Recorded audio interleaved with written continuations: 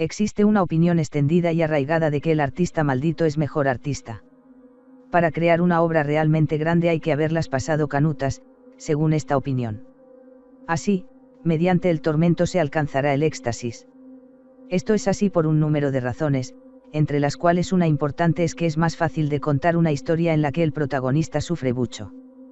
Que Van Gogh en toda su vida vendiera solo un cuadro, que Beethoven compusiera su obra magna estando sordo como una tapia o que Nietzsche acabase con el cerebro comido por la sífilis en un manicomio son historias simples de contar y como que dan mérito ilustre a la obra. En esta página hemos empezado el relato de vidas disidentes con la de un hombre que pudiera encuadrarse en ese malditismo, Solzhenitsyn. No es sin embargo que criticase la URSS tras estar preso en el Gulag lo que nos llama la atención, no lo que más, ciertamente. Sino que una vez establecido con relativa comodidad y libertad siguiese escribiendo lo que le viniese en gana, criticando también los defectos de Occidente. A Solzhenitsyn le interesaba la condición humana, y ésta es capaz de grandes obras y actos ruines en casi cualquier circunstancia. La línea que separa el bien y el mal está en el corazón de cada uno de nosotros, quien se atreve a mutilar un pedazo de sí mismo. Hoy vengo a hablar de un hombre al que habríamos estudiado en la escuela, al menos los escolarizados desde los años 90, si ésta realmente tuviese como fin la formación de la juventud. Sobre los verdaderos fines del sistema público de deformación hablaremos otro día. Hoy vengo a hablar de Nicolás Gómez Dávila. Tenía nombre de comerciante español o sudamericano, y en efecto lo era. Don Colacho, como le conocían sus amigos y vecinos de Bogotá, era un colombiano, o español de Nueva Granada como prefería definirse, nacido en una familia pudiente, no obscenamente rica, pero razonablemente bien situada. Estudió en París e Inglaterra en la adolescencia y luego volvió a Bogotá. Jamás fue a la universidad, se hizo cargo del negocio familiar de telas, se quedaba leyendo hasta tarde en la nutrida biblioteca de su casa, crió a 3 hijos y ahí quedó todo hasta que murió en 1994, querido por los que le conocían e ignorado por el resto. Ahí quedó. Y un carajo. Hemos de hablar de la Colombia en la que él vivió, puesta de moda ahora por una serie de televisión. Hablamos de un país en el que hubo un periodo conocido como la violencia.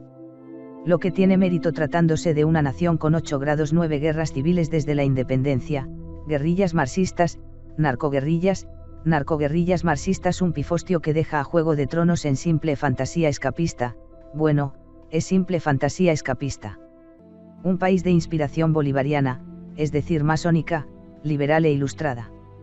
Y ahí en medio un simple comerciante, armado tan solo con su talento, su vastísima biblioteca y 2 cojones como los del caballo de Espartero escribió una obra que merece formar parte de los libros que solo un idiota no leería.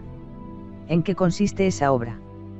Pues es sencillo, son frases breves, aforismos lapidarios a cual mejores, llamados escolios, de la palabra griega que significa comentario, en los que demuele sistemáticamente el edificio ideológico de la modernidad.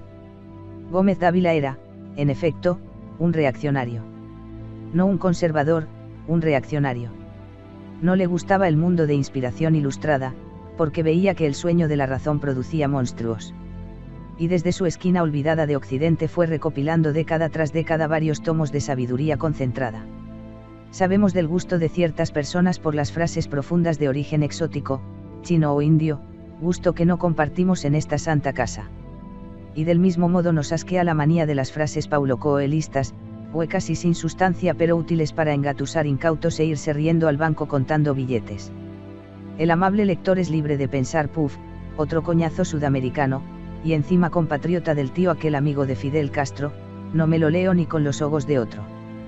Y estaría perdiéndose al único filósofo del siglo XX que merece la pena. Sí, señores, el único.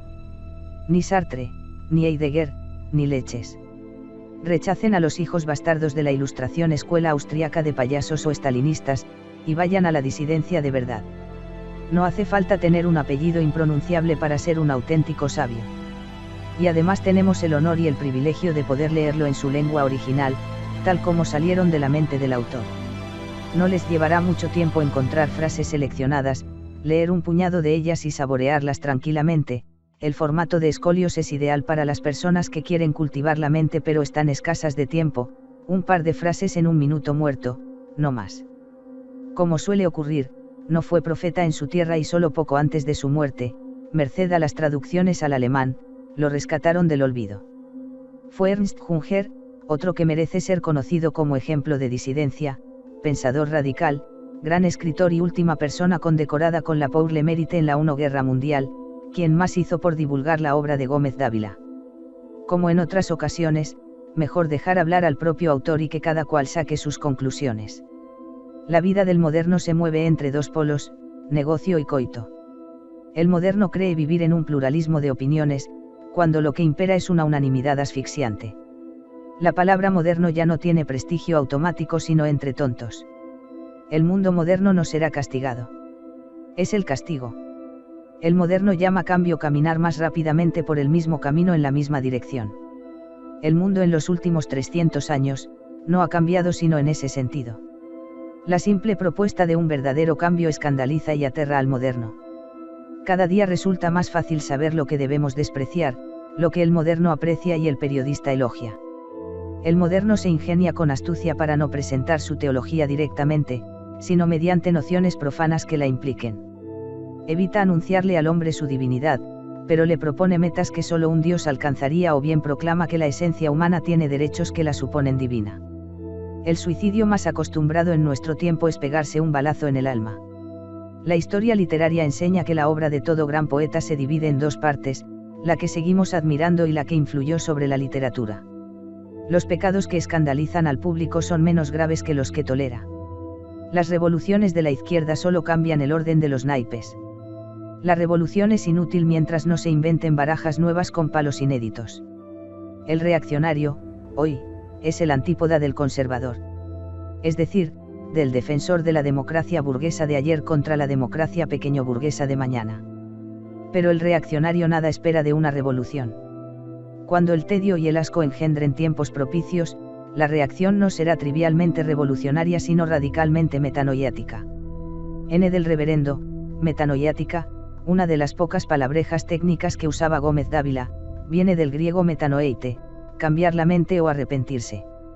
Es decir, que la reacción no será una revolución, sino un cambio de pensamiento, un arrepentimiento del error. Que para algo el tío sabía latín y griego entre varias otras lenguas. La política es la ocupación de las almas vacías. El progresista se sulfura, de viejo, viendo que la historia archiva lo que llamó progreso de joven. Las jerarquías son celestes. En el infierno todos son iguales.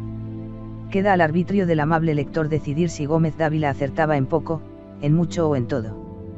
Por mi parte no he encontrado una sola frase que no se acabara probando cierta. Un compañero de podcasts, Pelayo, dice así: el mundo postmoderno de 2016 acaba por confirmar las afirmaciones de Dávila que, si bien en su tiempo pudieron verse como exageradas, hoy nadie cuerdo dudaría en suscribir de la A a la Z. Dejó una frase que con la muerte de Fidel Castro y las reacciones que ha suscitado en los pijirrojos, Junkers y Trudeaus de la vida resuena como campanada. Nada enternece más al burgués que el revolucionario de país ajeno. El que sus escolios no se conozcan mejor obedece en parte a la modestia del autor, que decía esto de su propia obra. Los que carecemos de talento traducimos meramente textos anónimos y públicos en el idioma de nuestras preocupaciones personales. Decíamos antes que no era un maldito por su vida, que fue relativamente cómoda y próspera. Pero su obra sí lo es. Han visto fogonazos de disidencia en grado de altísima pureza. Un escritor católico, reaccionario y antimoderno en un país, y una civilización, donde el culto al progreso es religión y los sumos sacerdotes son marxistas o liberastas. Donde la literatura se vende al peso y hasta los libros para niños, o para adultos con taras mentales, superan las 700 páginas. Él escribía frases de las que un par de ellas bastan para estar reflexionando un buen rato. Recuerden, disidentes. El supremo aristócrata no es el señor feudal en su castillo, sino el monje contemplativo en su celda.